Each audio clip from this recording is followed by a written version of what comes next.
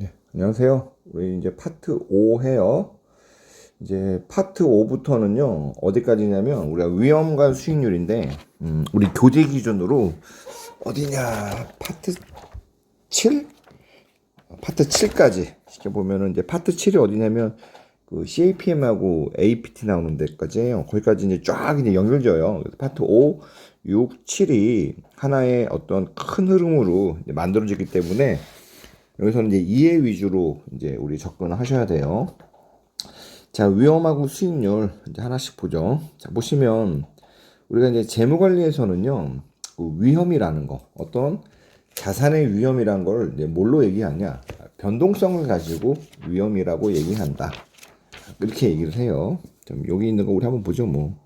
자산의 가치는 해당 자산을 보유하면서 얻게 되는 미래 현금 흐름의 현재 가치예요. 이거 우리 수식으로 하면 이렇게 하죠. 어떤 자산의 가치는 캐시플로우 1 플러스 R. 우리 여기 기업이라고 한다면 얘는 기업은 이제 사실 수명이 영속적이잖아요. 그래서 우리가 이렇게 표현할 수 있어요. 그래서 어떤 기업의 주인에게 이제 귀속되는 현금 흐름. 우리 일반적으로 이제 자본 예산에서 현금 흐름 부분들은 추정을 했어요. 밑에 있는 분모에 있는 요 R, 요 할인율을 추정하는 거예요.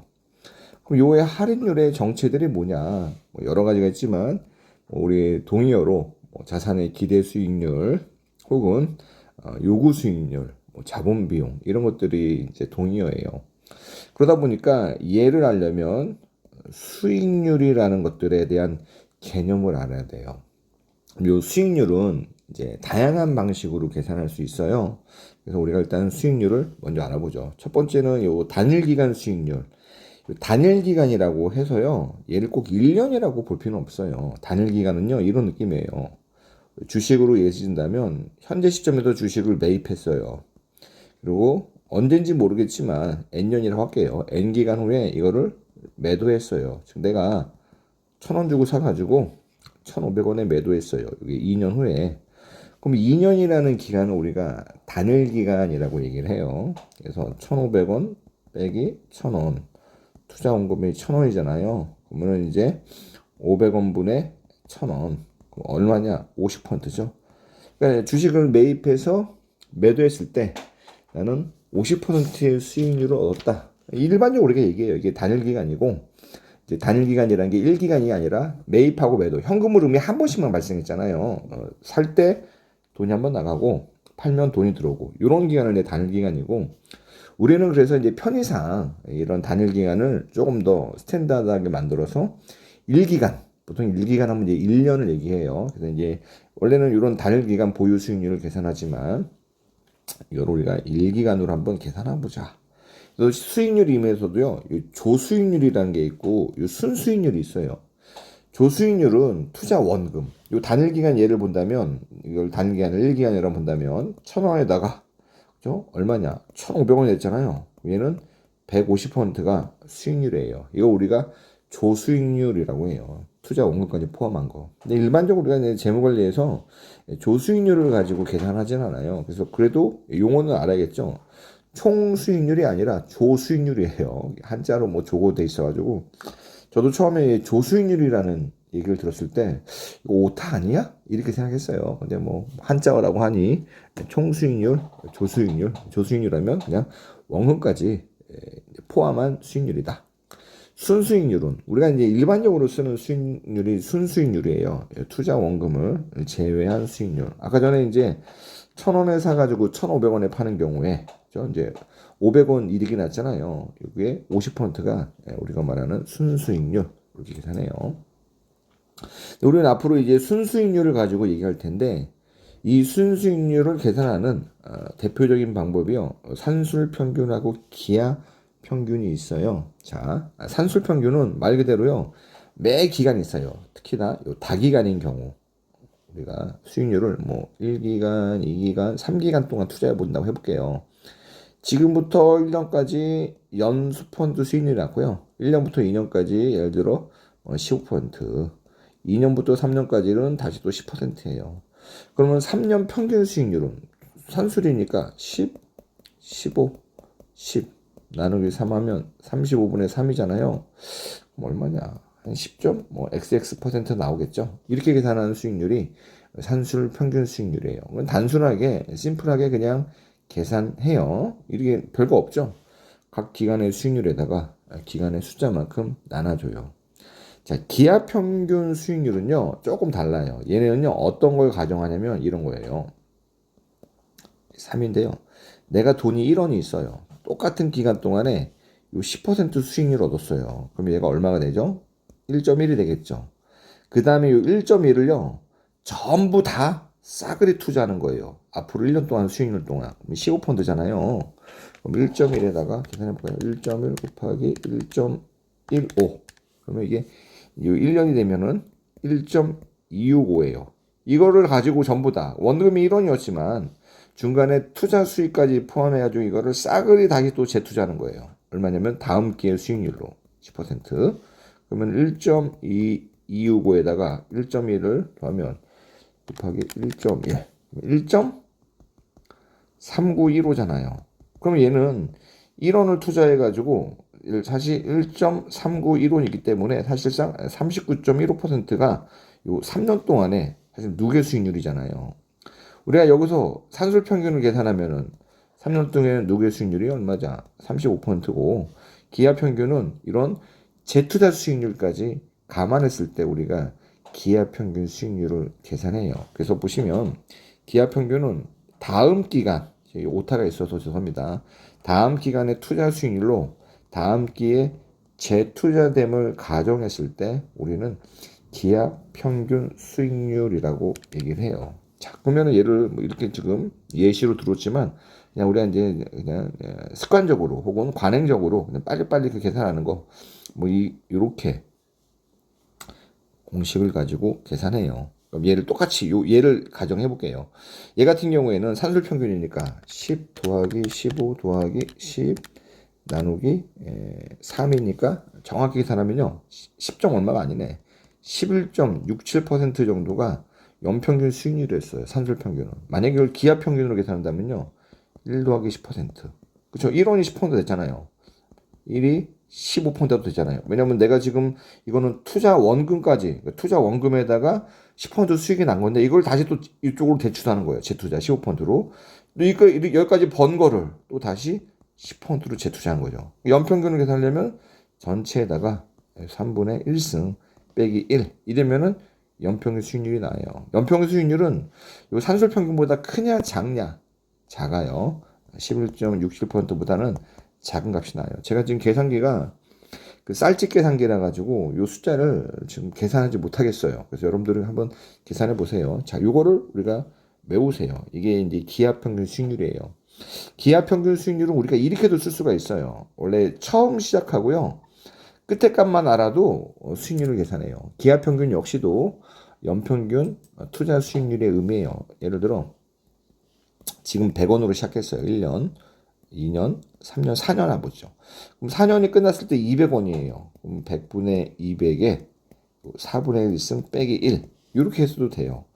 되려나? 100분의 200이니까 2잖아요. 2에다가 루트를 씌우면 1.414. 또 루트를 씌우면 1.189 빼기 1 하니까 이건 되나?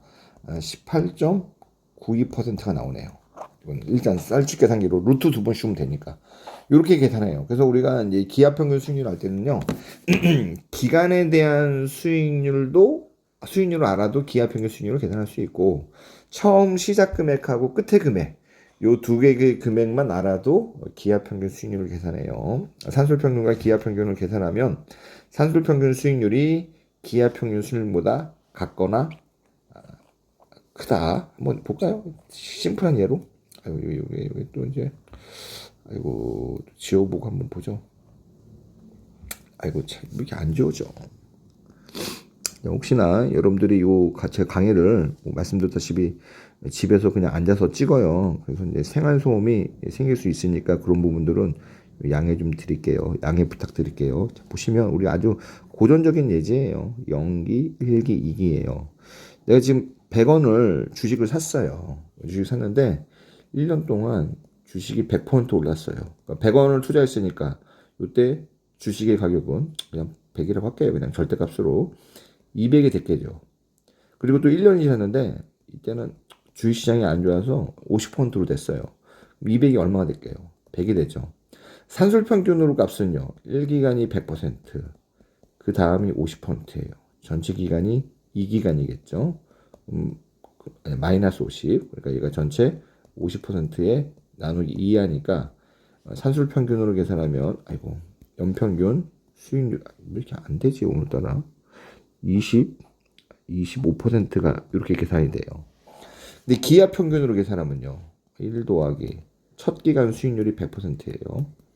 그 다음 수익률은 1-50%고 그리고 전체 2분의 1에다가 빼기 1 하면 되겠죠? 이게 얼마죠? 2. 얘는 0.5. 2 곱하기 0.5는 1이죠. 1의 2분의 1승은 1이에요. 그러니까 1 빼기 1은 0%. 연평균 수익률은 0%다. 어떤 게 더 정확할까요?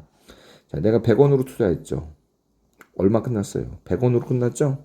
그럼 사실상 수익이 발생하지 않아야 되죠. 근데 산술평균으로는 연평균 25% 수익률이 발생했고 기하평균으로 계산해 보니까 연평균 수익률이 그냥 0%로 끝났어요. 어떤 게 좀 더 정확해요?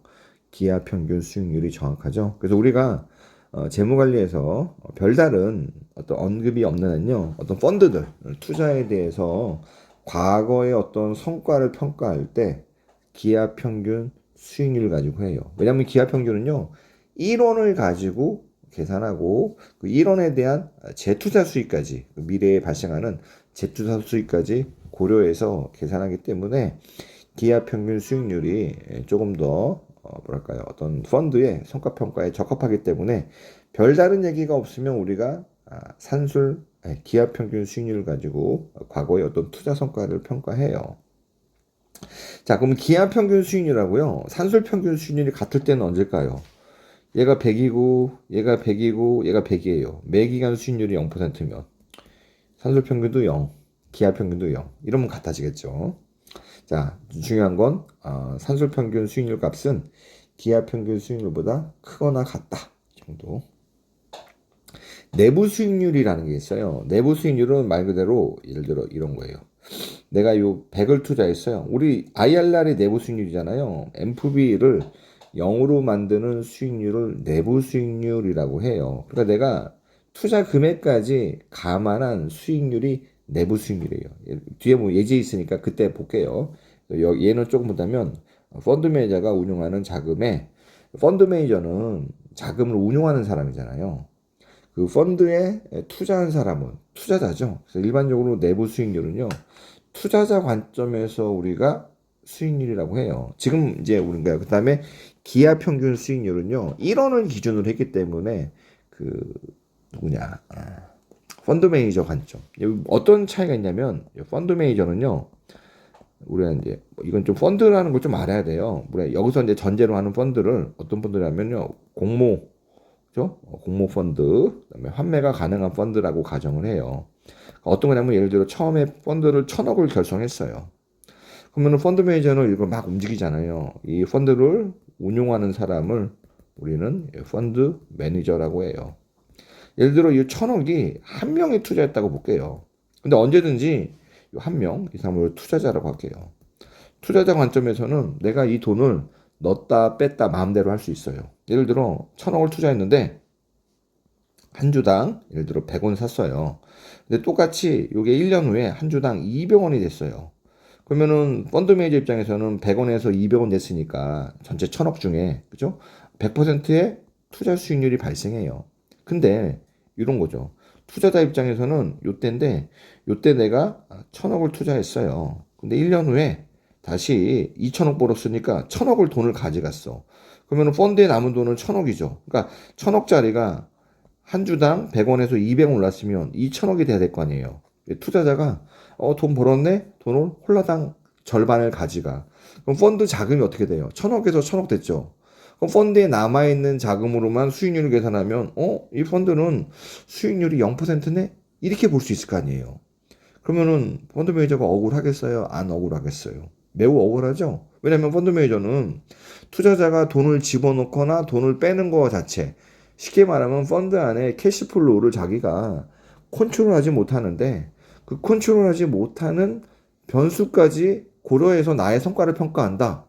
야, 그러면 엄청 억울하죠. 성과 평가라는 건 어떤 성과 평가를 당하는 사람이 피평가자가 허용할 수 있는 혹은 컨트롤할 수 있는 변수를 가지고 우리가 성과 평가를 해야 되지, 피평가자가 컨트롤할 수 없는 변수를 가지고 평가한다는 거는 말이 안 돼요. 공정하지가 않아요.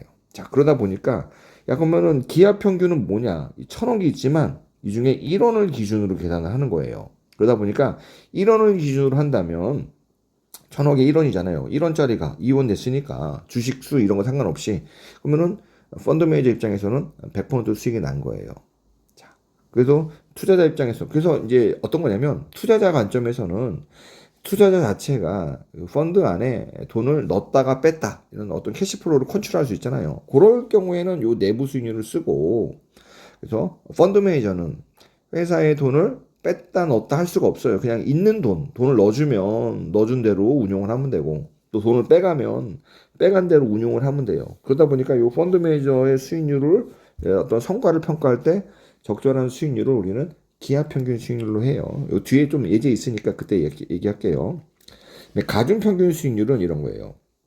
펀드가 있는데, 혹은 내 투자자 관점에서 볼게요. 내 관점에서 내가 여러 자산을 갖고 있어요. 그랬을 경우에 전체 자산의 수익률이 얼마냐, 연평균. 예를 들어 내가 주식이라는 걸 갖고 있어요. 1년 동안 운용하다 보니까 주식의 수익률이 한 50%가 났어요. 잘 났죠? 근데 주식에 대한 투자 금액이 내가 100억을 투자하고 있어요. 그 다음에 채권을 1년 동안 운용하다 보니까 채권의 수익률이 10%가 났어요. 근데 내가 지금 채권을 얼마 투자했냐면 200억 투자하고 있어요.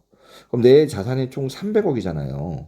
300억을 투자했는데 그 중에 주식은 이제 100억을 투자해서 연 50% 수익이 났고, 물론 요 지금 여기 박스 친 데는 현재 시점이에요. 요때 처음에 300억 갖고 시작했는데 주식은 이제 그 중에 100억을 투자했고, 그래서 50% 수익이 났고, 채권은 300억 중에 200억을 투자했는데 10% 수익이 났어요. 그럼 내가 갖고 있는 처음에 300억 전체의 투자 수익률이 얼마냐? 이랬을 경우에 각각의 투자 비중으로 우리가 가중평균한 수익률을 계산해요. 쉽게 말하면 주식이 50%잖아요. 너 전체 얼마 투자했니? 300 중에 주식이 100. 채권 10%잖아요. 300 중에 200. 쉽게 말하면 50% 3. 그다음에 20%죠? 20% 3. 그러면 3분의 70% 하면 얼마냐? 70 나누기 3은 한 23.3 정도 되죠. 23.3. 이런 식으로 이게 이제 23.3이라는 게 내가 갖고 있는 전체 자산의 투자 수익률을 얘기하는 거예요. 이런 걸 계산하는 걸 가중평균 수익률이라고 해요. 이 수식에도 보시다시피 내가 여러 자산이 있어요. 1번 자산부터 n번 자산까지. 그리고 내가 갖고 있는 돈. 우리 예를 든다면 아까 300억 있었어요. 그럼 주식에 대한 가중치는 3분의 1. 채권에 대한 가중치는 3분의 2죠. 그럼 전체 자산을 전부 다 가중치를 더하면 1이죠. 즉 내가 돈이 얼마가 있단 간에 총 있는 금액을 1로 보고 각각의 투자 비중으로, 여기 뭐는 W1, W2 얘네들이 투자 비중이에요.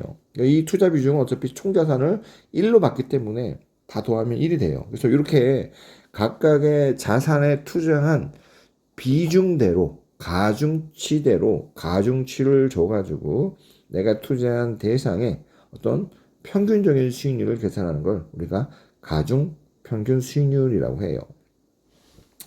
기대 수익률이라는 개념이 있어요. 지금까지 계산한 수익률하고 조금 기대 수익률이 달라요. 기대라는 말이 나오잖아요. 그럼 우리가 어떤 거냐?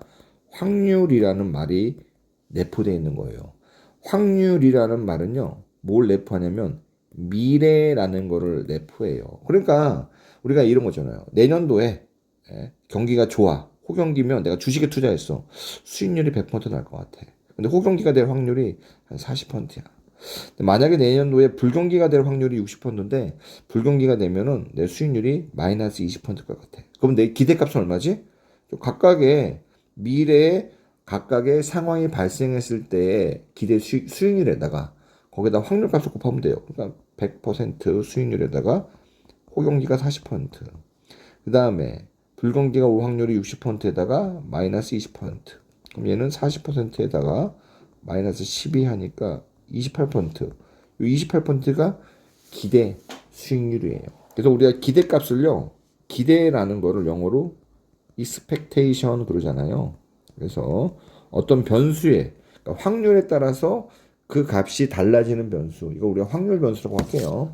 그런 변수에다가요, 요 2를 곱하면, 요 2R1이라는 거는, 그죠? 어떠한 1번 상황이 발생했을 때 수익률에다가, 보다가 요 기대값, 확률. 그래서 전부 다, 그래서 특히 뭐냐면, 뭐 내년도에 어떤 자산의 수익률의 기대값은 내년도에 어떤 상황이 발생했을 때 각각의 상황, 이게 뭐 보통 한 세 개로 주어질 수도 있고, 예를 들어 호경기, 보통, 불경기, 혹은 뭐 불경기, 호경기 두 개로 주어질 수도 있고, 이건 시험 문제에 따라 달라지는데, 뭐 간단한 경우에는 이제 호경기, 불경기만, 조금 이제 지저분한 문제는 이제 호경기, 보통, 불경기 이렇게 이제 주어지긴 해요. 그러니까 각각의 경기가 발생할 확률과 그 경기가 발생했을 때 수익률, 이거를 전부 다 확률로 가중 평균한 거예요. 그러니까 넓게 보면은 요 기대 수익률 계산한 건요, 가중 평균 수익률하고 같아요. 근데 뭘로 가중 평균했냐? 미래의 확률 값으로 가중 평균한 거예요. 자, 그래서 이렇게 돼 있고, 여기 보시면 제가 금융공기업 필기 대비 수익률이에요. 일반적으로 요 회계사 시험에서는요, 어떤 수익률의 차이, 뭐 펀드 매니저의 성과 평가니, 그다음에 아니면 투자자의 성과 평가니, 이런 것들이 전통적으로 잘 나오는 주제는 아니었어요. 근데 이제 금융공기업 같은 경우에 뭐 A 매치든 B 매치든 이쪽은 좀 실무적인 부분들도 필요하거든요. 그러니까 금융공기업이 뭐 여러 가지도 하지만 어떤 금융공기업들은 투자하는 회사도 있어요.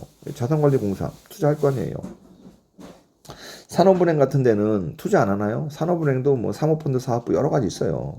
기본적으로 이게 투자하는 부서들이 있어요. 다른 데도요. 그러면은 그 자기들이 투자한 거에 대해서 적절한 성과 평가하는 게 필요해요. 그러다 보니까 요 금융공기업 관련해서는요, 요 수익률에 대해서 좀 구분하는 문제들이 뭐 약술이든 혹은 계산 문제든 이렇게 나오는 경우들이 있어요. 그래서 이거는 이제 알아보시면 좋은데, 그래서 알면 이제 좋은 거예요. 그래서 이제 금융공기업 준비하시는 분들은 이 부분을 좀 보시면 돼요. 그래서 펀드 혹은 투자운용 성과를 평가할 때 누구 관점에서의 평가하냐에 따라서 좀 다른 수익률을 써야 된다. 이미 말씀드렸죠. 그래서 우리가 일반적으로 펀드 매니저의 수익률을 평가한다. 성과를 평가한다는 건 펀드 매니저가 컨트롤할 수 있는 거예요. 100원짜리 주식을 사가지고 200원 되는 건 펀드 매니저가 자기가 종목을 선택했으니까 성과 평가 대상인데, 지금 펀드 금액이 100원인데 주가는 하나도 안 변했어. 근데 갑자기 펀드 전체 금액이 200원이 돼. 왜 200원이 됐겠어요? 투자자들이 돈을 넣었으니까 그러겠죠. 그러면 주가는 하나도 안 변했는데 펀드 금액이 100원인데 50원 됐어. 주가가 떨어져서 50원 된 게 아니라 투자자가 중간에 돈을 빼가서 그런 거예요. 그것처럼 펀드 매니저가 컨트롤할 수 없는 변수에 대해서는 고려하지 않고 컨트롤할 수 있는 변수에 대해서만 우리가 이제 평가하는 거예요. 그래서 이 펀드 매니저의 성과 평가는요, 어떤 걸로 하느냐? 기하 평균 수익률로 해요. 제가 기하 평균 수익률은 1원에 대한 수익률을 계산하는 거예요. 그래서 이 기하 평균 수익률의 동의어가요, 펀드 매니저 수익률 혹은 시간 가중. 왜냐면 기하 평균은요, 수익률 계산할 때 우리가 전체 기간 나눴잖아요. 처음에 시작했을 때 금액, 그죠? 끝났을 때 금액, 기간분의 1 이렇게 했잖아요. 요 시간에 따른 가중 평균이 된 시간 가중 수익률이라고도 해요. 그다음에 투자자 관점에서 수익률은요, 자금을 공급한 사람이에요. 이 사람은요, 내부 수익률이라는 걸 쓰고, 내부 수익률은 금액 가중 수익률이에요. 예를 들어 볼게요. 여러분들이 내부 수익률을 배우는데 내가 100을 투자했어요. 1기 2기예요. 그러면 이게 100이 들어오고 100이 들어와요. 1번 수익률. 그러니까 명목 금액으로는 200이 똑같이 들어오잖아요. 근데 이게 1번이랑 2번은 뭐냐면 똑같이 100을 투자했는데 1번, 2번 여기에 한 150이 들어오고 50이 들어와요. 그럼 1번하고 2번의 수익률 계산할 때 같을까요? 달라요. 보통은 요게 초기에 현금 흐름이 많이 발생할수록 요 내부 수익률이 좀 더 크거든요. 그렇기 때문에 요 내부 수익률은 금액을 어느 시점에 주냐. 그래서 얘를 다른 말로 금액 가중 수익률이라고 해요. 그래서 이 용어들을 알아두세요. 기하 평균 수익률, 펀드 매니저 수익률, 시간 가중 수익률, 동의어다. 내부 수익률, 투자자 관점의 수익률, 금액 가중 수익률, 동의어다. 그래서 잠깐 요 간단한 문제 볼게요. 올해 초에 한 주당 10,000원에 만주를 구입했대요. 올해 초니까. 그러니까 얼마 투자한 거예요? 10,000원에 만주니까 1억 투자한 거예요. 마이너스 1억 같죠? 1년 후에 주당 5,000원에 2만 주를 추가했대요. 자, 봐봐요. 내가 매입할 때 주당 10,000원이에요. 주당 5,000원 됐다는 거는 한 주 기준으로는 돈이 좀 떨어진 거죠. 쉽게 말하면 1년 후에 요때는 한 주에 10,000원이었는데 요때 되니까 한 주에 얼마가 됐어요? 5,000원이 됐어요. 그럼 주가가 마이너스 50% 수익이 난 거, 손실이 난 건데 내가 2만 주를 추가로 구입한 거예요. 투자자 입장에서는, 투자자 관점에서는 천년도에, 0년도 초에 1억 원이라는 돈을 펀드에 가입했고, 그 다음에 1년이 지나고 나서 주가가 떨어졌는데 2만 주를 추가로 구입한 거는 1억 원을 더 투입한 거죠. 1억 원을 이렇게 돈을 더 집어넣었어요. 그리고 2년 후에 한 주당 2만 원에, 그럼 얼마에 했냐? 그죠? 2만 원에 매각을 한 거예요. 2만 원에. 그러면 5,000원에서 2만 원 되면 몇 배야? 4배네, 4배. 4배면 400%인가? 이렇게 수익률이 난 거예요. 요때, 그쵸? 매각을 했대요. 그러면은 배당금이 발생했다. 자, 우리가 보시면, 투자자 관점에서는 보시면 내가 마이너스 1억을 지금 투자했어요. 현재 시점이죠. 그 다음에 마이너스 또 1억을 투자했어요. 얘는 언제예요? 1년 후죠. 내부 수익률이면 1 플러스 IRR. 그리고 나가지고 2만 원에 팔은 거잖아요. 한 주당 2만 원에 보유하고 있는 모든 주식. 몇 주를 보유해요? 2만 주. 만 주니까 3만 주네. 3만 주를 팔아버렸잖아요. 2만 원에 3만 주니까 6억이네.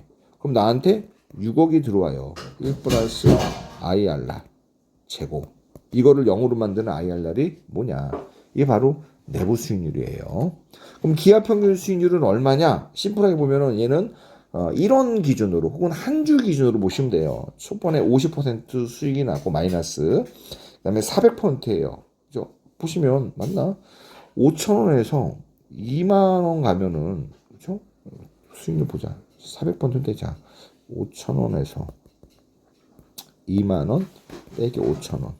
5,000원 분에 15,000원이니까 300%네. 400%. 4배가 올랐지만 내 원금 빼면 300%. 여기 300%. 그렇죠? 그러면 얘는 기업 평균은 1 마이너스 50%. 여기 1기간. 그다음에 1 플러스 300%. 전체 기간이 2기간이니까 빼기 1하면은 0.5에다가 4 2분의 1 빼기 1 하면 0.53 2죠. 2의 2분의 1 빼기 1은 2의 2분의 1이니까 2에다가 루트하면 1.414 빼기 1 하니까 약 41.42%. 요게 이제 기업 평균 계산한 수익률이고, 만약에 내부 수익률이라면 요거 계산하면 돼요.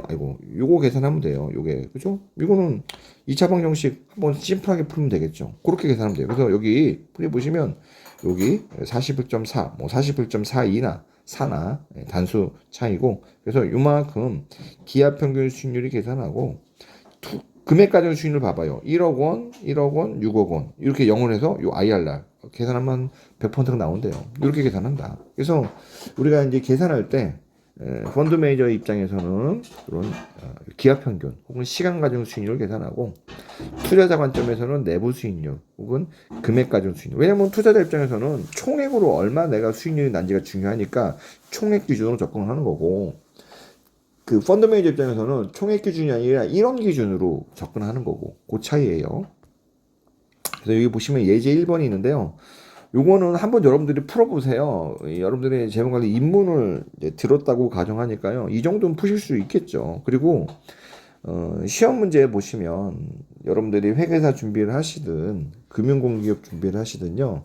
요 수익률 계산하는 걸 손으로 풀어보라고 나와요. 왜냐면 이거를 못 풀면, 물론 얘를 직접적으로 물어보는 문제는 아니더라도요, 자료를 주고 이제 수익률을 계산한 상태에서 그걸 가지고 이제 활용하는 문제들이 나오기 때문에 기본적으로 수익률 계산 문제는 나와요. 무조건 풀어야 돼요. 마치 우리가 그 뭐 중학교 고등학교 수학 공부하는데 구구단이나 사칙연산 못하면은 모르잖아요. 그것처럼 요 수익률 계산하는 건 기본이기 때문에 굳이 제가 안 풀게요. 여러분들 한번 풀어보시고, 예제 2번도 보시면 기대 수익률이잖아요. 이것도 풀어보세요. 기대 수익률을 모르면 문제를 못 풀어요. 풀어보시고, 예제 3번도 한번 풀어보세요. 이게 어렵지 않겠죠?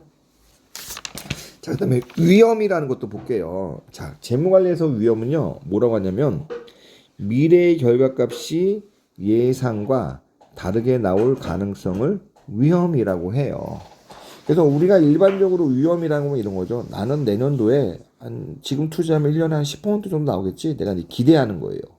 혹은 내가 예상하는 거예요. 내가 지금 시점에서 주식에 투자하면 1년 동안 한 10%는 나올 거야 라고 기대해요. 100원 투자했으면 한 110원 정도 벌겠지라고 생각했는데 막상 요때 됐어요. 근데 가니까 90원밖에 안 냈어. 그럼 위험 맞죠? 내가 생각한 것보다 돈이 좀 적게 벌렸네. 위험이에요. 근데 막상 가니까 경기가 좋아가지고 120원 벌었어요. 그럼 내가 생각보다 많이 벌었죠. 우리는 기분이 좋을 건 말이에요. 근데 재무관리에서는 이것도 우리가 위험이라고 가정하자라고 하는 거예요. 도대체 이 위험이 뭐냐? 그럼 언제 위험이 없는 거냐? 내가 100원짜리가 투자해서 110원 벌 거라고 했으면 1년이 지났을 때 그냥 110원이 돼버리는 거야. 그럼 내 예상치하고 실제 발생한 거랑 같잖아요. 이러면은 위험이 없다라고 보는 거예요. 그래서 우리가 재무관리에서 위험은요, 예상과 다르게 나올 가능성을 위험이라고 그러고, 이 예상과 다르게 나올 가능성은요, 뭐냐, 좋아도 위험, 내 예상보다. 안 좋아도 위험, 이렇게 봐요. 자, 그리고 예상과 다르게 나온다고 했어요. 예상이라는 말은 뭐냐, 미래예요. 미래라는 말은 기대값. 기대값이라는 말이 나오면 확률. 확률이 나오면 확률 변수. 그렇기 때문에요. 위험은 그 자체로 미래 시점을 내포하고 있고 미래의 값은 어떤 미래에 어떤 사건이 발생할 확률에 의해서 결정되고 그러한 확률 값에 의해서 값이 달라지는 어떤 변수를 우리는 확률 변수라고 한다라는 거예요. 그래서 미래에서 우리가 이제 가치라는 게 미래 발생하는 현금 흐름의 현재 가치잖아요. 재무관리는 기업 가치를 극대화한다며요. 전부 다 미래지향적인 개념을 가지고 공부하는 게 재무관리다. 미래지향적이기 때문에 기본적으로 확률이라는 개념을 안고 살아가야 되는 거예요. 근데 우리가 이제 이거를 이제 실증 분석할 때는 이렇게 보죠. 예를 들어 현재 시점이 이렇게 돼 있어요. 우리가 재무관리에서 중요한 건요. 야, 미래에 어떤 자산이 이렇게 움직이냐? 이게 궁금한 건데 현실에서는 얘들이 어떻게 움직일지 우리가 몰라요. 그래서 뭘 보냐? 과거에 이렇게 움직였으니까 미래에도 같이 움직이겠지. 이런 거를 좀 암묵적으로 계산해요. 그래서 우리가 이제 이론적인 문제를 풀 때는 어떤 미래의 확률값을 주어지고 혹은 이제 어떤 실증적인 문제를 할 때는 과거의 값을 가지고 써요. 이건 뭐 뒤에 가면 한 번 더 나오니까 그때 볼게요. 자, 변동성이라고 했는데 이 재무관리에서는 또 이게 궁금해요. 이 변동성이라는 거를 우리가 좀 수식화해 보는 건 어떨까라는 이런 개념이에요. 그러니까 변동성이라는 게 내가 아는 기대값, 얘와의 편차를 변동성이라고 불러요. 그림상으로 보면은 여기 있는 그림, 요 그림 봐봐요. 내가 여기 보시면 평균 수익률 기대값이에요. 그러면은 여기 A 기업은 녹색이에요. 둘 다 평균값이 같아요. B기업이랑 A기업이 둘 다 평균값이 같은데 A기업은 평균에서 크게 왔다 갔다 안 하고 움직여요. 주가가. 근데 B기업은 올라갈 때는 엄청 올라가고 떨어질 때는 엄청 떨어져요. 이때 어떤 기업을 우리가 더 위험하다고 보냐? A기업하고 B가 있으면 B기업을 더 위험하다고 봐요. 왜냐면 우리가 생각하면 평균에서 더 편차가 많잖아요. 편차라는 게 평균이랑 어떤 데이터의 값의 차이를 편차라고 해요. 그러니까 B기업이 A기업보다 저 편차가 크다. 야, 그래? 편차구나. 그럼 이거 우리는 수학을 좋아하니까 이 편차를 좀 계량화할 수 있는 방법이 있을까? 오, 있지. 그래서 나온 게 통계 쪽에 기초 통계가 나오죠. 뭐냐? 분산이잖아. 그다음에 표준 편차잖아. 분산과 표준 편차라는 이 통계적인 성질을 이용하면 이 변동성을 우리가 계산할 수가 있어. 그래서 나온 게 분산이에요. 분산이라는 숫자가요. 이게 뭐 어렵게 돼 있지만 사실 이거예요. 어떤 평균, 이 x바를 평균이라고 할게요. 평균이랑 어떤 거에 x라는 거의 관측지의 차이 이거를 전체 제곱해 가지고 전부 다 더하는 거예요. i는 1부터 관측지가 n개겠으면 그리고 이거를 n으로 n-1로 이렇게 나눠줘요. 참 이게 분산은 이게 좀 어려워요. 밑에 이제 데이터가 n개가 있는데 이 데이터가 n개가 있는데 왜 n-1개로 나눠주냐. 평균은요. 산술 평균 계산했잖아요. R1부터 시작해가지고 데이터가 R2가 있어요.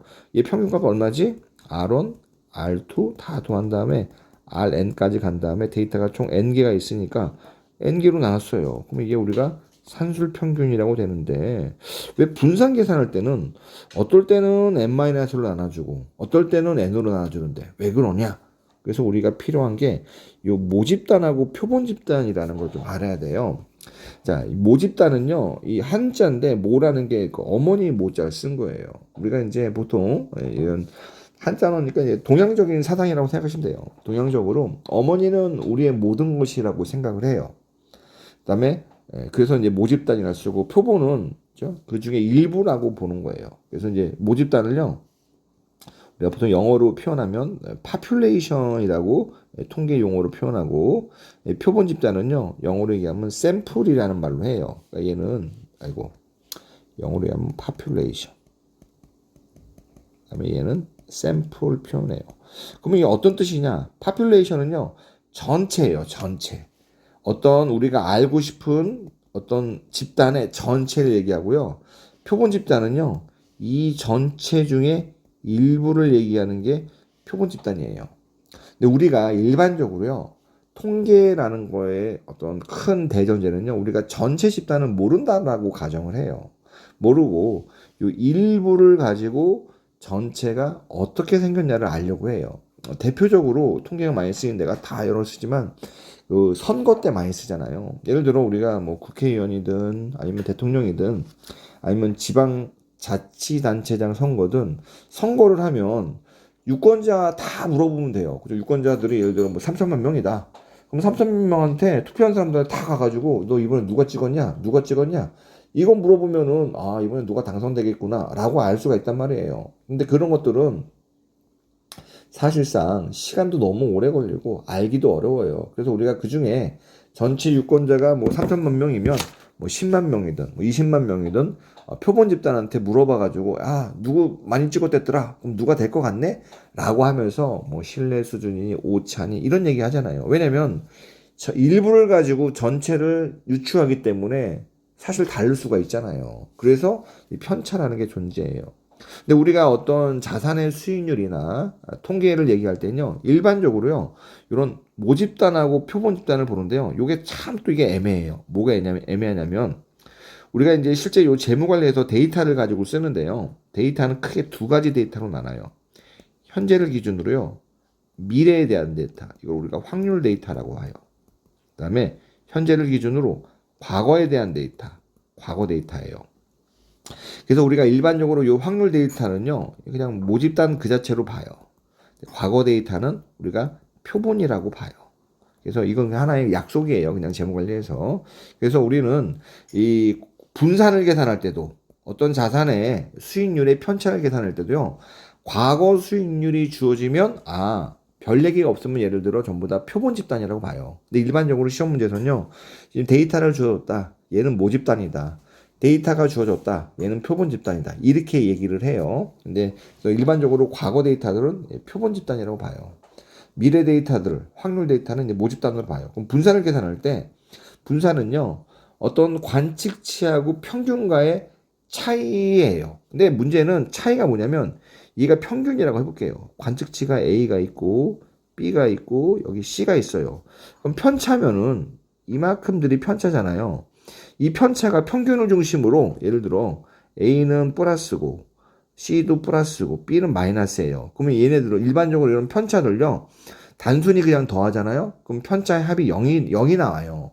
0이 나오면 아무런 의미가 없어가지고 어떻게 하면 이걸 좀 해결할까? 그래서 편차에다가 제곱을 하면 0이 안 나오지 않냐라고 해서 편차에 제곱을 한 것을 우리가 분산이라고 해요. 자, 그래서 미래의 확률이 주어졌을 때 이 얘기는 얘네들은 우리가 모집단이라고 봐도 무방하겠구나 이렇게 보시면 돼요. 그래서 분산을요 여기 시그마 그리스 문자로 이렇게 시그마라고 표현하고요. 근데 이걸 좀 줄여서 VAR 베리언스 분산의 영어 약자가 써있네 여기 베리언스라고 해서 얘를 이렇게도 표현해요. 그러니까 요 x라는 거는 x의 분산값이다. 근데 x가 만약에 확률 변수니까 x는 저 확률값이 달라지죠. 그럼 x의 평균은 2x가 기대값이잖아요. x는 어떤 x의 관측치, x의 관측치하고 기대값에다가 기대값을 쓴 게 여기다 제곱한 게 이게 우리가 분산이에요. 이걸 좀 풀었으면 첫 번째 x의 관측치하고 평균, 첫 번째 값에 대한 편차잖아요. 편차를 제곱하고 거기다가 요 x1 첫 번째 상황이 발생할 확률을 곱해주고 그다음에 확률이 미래상이 n개니까 두 번째 데이터에다가 두 번째 데이터와 어떤 기대값의 평균의 제곱에다가 두 번째 일이 발생할 확률을 곱해주고 같은 방식으로 쭉 해주는 거죠. 그래서 이걸 하면은 이런 식으로 계산하는 게 분산이에요. 분산 여러분들이 계산할 수 있어도 돼요. 만약에 우리가 과거 데이터로 말할 때는 이거는 표본이에요. 자, 표본이라면요, x 우리가 보통 x 바 이렇게 쓰잖아요. 이런 것들은 뭐라고 얘기하냐면요, 평균을 x 바 이런 식으로 이제 그 관행적으로 써요. 그럼 똑같이 그럼 요 과거 데이터가 x 바라면 이 평균에 대응되는 확률 데이터는 기대값인 거예요. 그러니까 편차 요거죠. x1 첫 번째 관측치하고 평균의 제곱 두 번째 제곱 다 더했잖아요. 그럼 얘도 쉽게 보면 이런 거죠. 시그마 xi x바의 제곱인데 이게 만약에 표본이면 문제에서 표본이다 그러면 전체 데이터가 n개다. i는 1부터 n개니까 이거를 n-1로 나눠주고 이 표본이라면 요 전체가 만약에 모집 단위라고 우리가 만약에 문제에서 주었다 그러면은 i는 1부터 n까지인데 xi 빼기 x바의 제곱에 n개로 나눠줘요. 요 나눠주는 수를요 통계적인 용어로 자유도라고 해요. 그래서 자유도로 나눠준다. 이거의 그냥 직관적인 개념은 이거예요. 우리가 여기에 이제 구슬이 들었어요. 주사위가. 얘는 1이 있고 얘는 2가 있고 나머지 3개는 얼마가 있는지 몰라. 근데 우리는 뭘 알았냐면 이게 표본이기 때문에 전체의 평균값을 알아. 그래서 이 평균값이 4라고 해볼게요. 그럼 평균값이 4가 나오기 위해서는 1 더하기 2 더하기 그죠 물음표에 있는 네모 이 3이잖아요. 요 네모 값은 얼마냐? 3, 4, 12에다가 맞나? 1 더하기 2 더하기 네모는 얼마냐? 9네. 그럼 자동적으로 요 모르는 값은 9로 확정 지어지잖아요. 즉 우리가 샘플이기 때문에 전체를 아니까 평균을 알고 그다음에 요 두 개의 데이터를 알면 나머지 데이터는 자동적으로 확정돼 있어요. 그러면 요 세 개의 데이터 중에 지 마음대로 움직일 수 있는 데이터가 몇 개예요? 두 개죠. 그래서 자유도라는 건요. 지 마음대로 움직일 수 있는 데이터 숫자예요. 그러니까 얘는 세 개 중에 하나 빼니까 2가 자유도예요. 그래서 얘 같은 경우에는 이 전체 데이터에 분산을 계산해라. 2로 나눈단 말이에요. 표본이기 때문에. 만약에 이 전체가 모집 단위라면 3으로 나눠주면 되는 거고. 그래서 요거 자유도, 요거 헷갈리지 마세요. 평균은 그냥 전체 데이터의 숫자로 나눠주고, 분산을 계산할 때는 이게 자유도로 나눠준다. 왜 자유도로 나눠주나요? 이거 뭐 우리가 그냥 넘어가세요. 이건 이제 통계적으로 봤을 때요. 이게 좀 복잡하기 때문에 그냥 개념적으로만 이렇게 보셔도 우리 시험 공부하는데 전혀 문제는 안 돼요. 그냥 받아들이시고 표준 편차라는 것도 있어요. 왜냐면 요게 x라는 데이터가 수익률이라고 해볼게요. 얘는 퍼센트 빼기 퍼센트의 제곱이잖아요.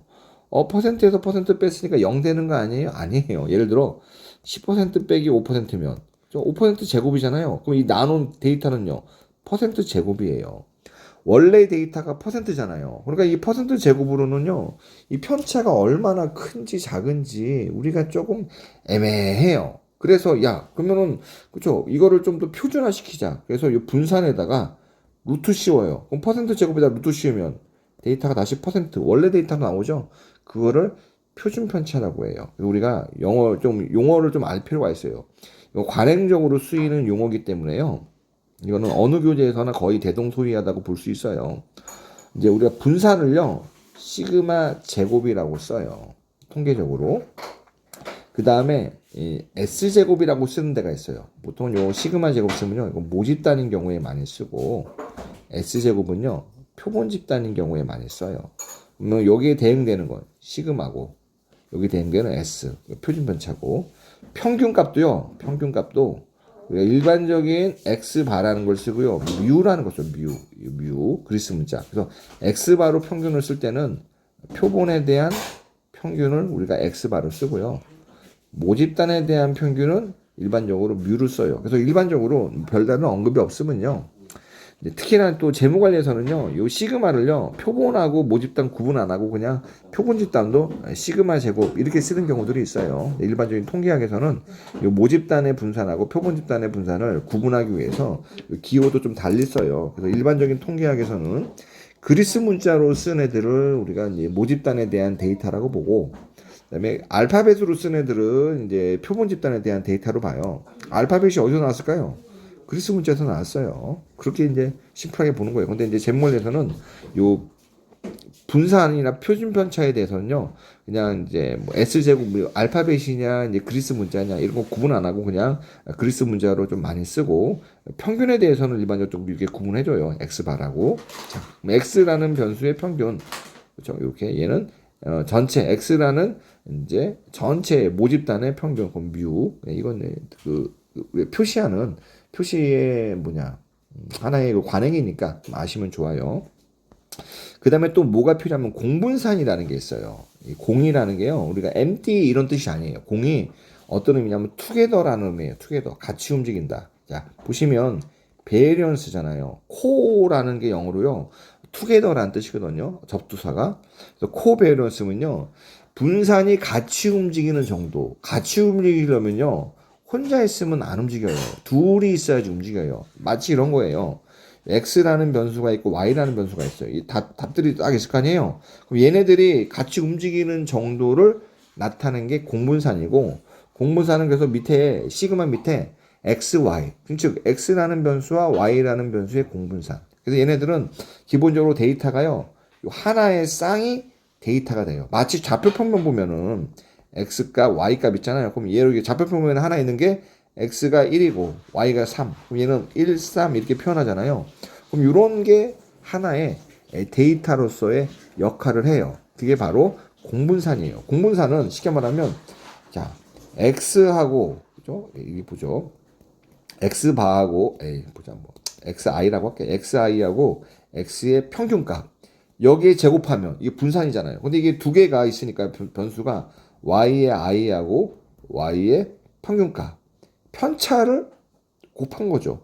이거 전부 다 더해. i는 1부터 n까지. 근데 이게 만약에 표본 집단이라면, 표본 집단일 때 우리가 나눠주는 수가 자유도잖아요. n-1 이렇게 나눠주고, 이게 분산이라면 모집단이나 n으로 나눠주고, 이게 이제 여러분들이 혼동되지 말아야 될 게, 변수가 x가 있고 변수가 y가 있으니까 n-2로 나눠주는 거 아닌가? 이런 거 아니에요. 왜냐면 우리가 요 행, x, y 있을 때 요 행 하나가 데이터 하나로 보는 거예요. 그러니까 여긴 데이터가 총 몇 개냐? 쭉 가서 n개의 데이터가 있고, x, y가 하나의 변수로 봐가지고 우리가 자유도를 n-1로 봐요. 변수가 두 개 있다고 나누기 n-2로 나누지 마시고, 이렇게. 이게 만약에 모집단이라면 n-1이 아니라 자유도 n으로 나눠줘요. 얘는 뭐냐면 두 변수가 같이 움직이는 정도예요. 공분산 역시도 그럼 이렇게 되는 거죠. 이게 만약에 확률 변수라면 x, y 값이 있고 미래에 확률 값이 있어요. 확률값. 10%일 경우의 확률이 어떤 게요? 그럼 이 확률의 10에 대한 설명하겠죠. 엄청나게 불경기가 발생할 확률. 20%는 보통인 경기가 발생할 확률.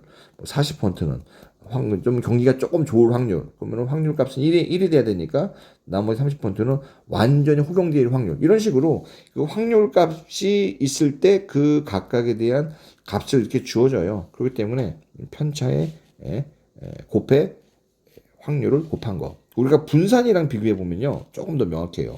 자, 분산은요, 다른 말로 하면 시그마 xx라고 표현할 수 있고, 그게 뭐예요? x와 x의 공분산. 계산해 볼까요? xi 빼기 공분산이니까 x라는 변수의 편차잖아요. 편차. 편차의 제곱이네. 근데 공분산이니까 편차를 곱하는 거잖아요. 또 xi의 편차 곱하는 거네. 그럼 이거를 i는 1부터 n까지 더해주고, 이게 모집단, 표본 집단이라고 가정하면 n-를 나눠줘요.